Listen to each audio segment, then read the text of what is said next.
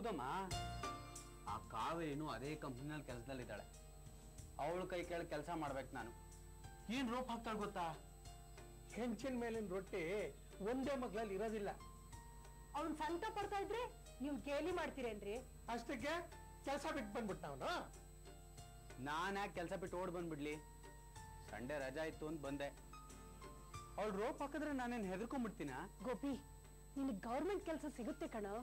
ನಾನ್ ಎಲ್ಲಾ ವ್ಯವಸ್ಥೆ ಮಾಡಿದೀನಿ. ನಿನಗ್ ಮದ್ವೆ ಆಯ್ತಂದ್ರೆ ಕೆಲಸ ಸಿಕ್ಕಾಗೆ.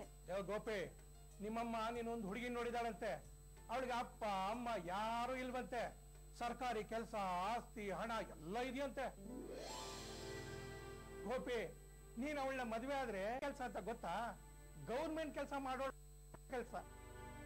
ನೀವು ಮಾತಾಡ್ಬೇಡಿ, ಇದು ತಾಯಿ ಮಗನ ವಿಷಯ. ಅದೇ ಮಾಡಿ. ನಿಮ್ಗೆ ಈಗ ಗೊತ್ತಾಗೋದಿಲ್ಲ. ಕಾವೇರಿ ಅಂತ ಹುಡುಗಿನ ದೂರ ಮಾಡಿದ್ದೀರಾ. ನಿನಗೆ ಒಳ್ಳೆ ಸೊಸೆ ಸಿಗ್ತಾಳೆ ಅಂತ ಅನ್ಕೊಂಡಿದ್ಯಾ? ಬುಗುರಿ ತರ ಆಡಿಸ್ತಾಳೆ. ಅಂತೋಳೆ ನಿನಗೆ ಸಿಗೋದು. ಗೋಪಿ, ನಿಮ್ಮಪ್ಪನಿಗೆ ತಲೆ ಕೆಟ್ಟಿದೆ. ನಿನಗೆ ಒಂದು ಹುಡುಗಿನ ನೋಡಿದ್ದೀನಿ. ಒಂದ್ ನಿಮಿಷ ಇರು.